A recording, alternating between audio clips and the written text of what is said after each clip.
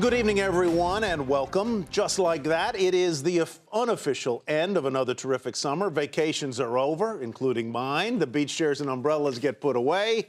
The kids head back to school if they're not there already. College football kicked off, and the NFL follows on Thursday. Meanwhile, on Wall Street, it is September.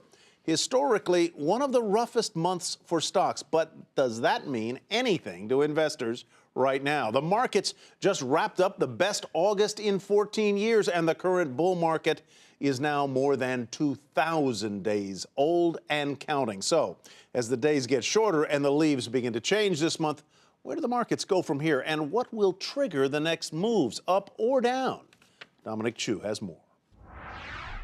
Traders call it the September swoon. Since the year 1950, September has yielded the worst stock market returns of any month of the year.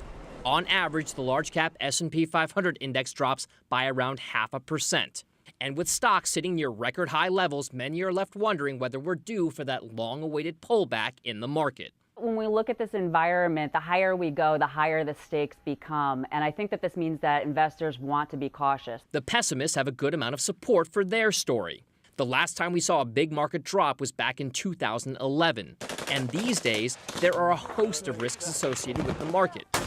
Tensions between Russia and Ukraine, Islamic militants in Iraq and Syria, and weakening economic indicators in places like Europe and China. Those are among the many reasons why some believe a deeper pullback in stocks is in the works. I think that the sidelines for the retail investor right now is probably the best bet. If you're involved, stay the course, but again, be prepared to reduce quickly. But the September story isn't all gloom and doom. The bulls point to the recent performance of the market. Over the last 5 years, the S&P 500 has actually posted an average 2% gain during the month of September.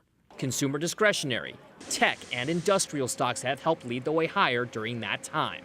That's why others think longer-term investors may still want to keep adding to their investments on a regular basis. I think any pullbacks you have here would certainly be buying opportunities. But frankly, if you're a 3 to 5 year investor or even a 2-year investor, if you sit and wait for a pullback, that pullback may never come. So the only way around that, frankly, is to average in. Both sides offer compelling cases, but for history fans, it's just about which scenario they want to believe more. For Nightly Business Report, I'm Dominic Chu.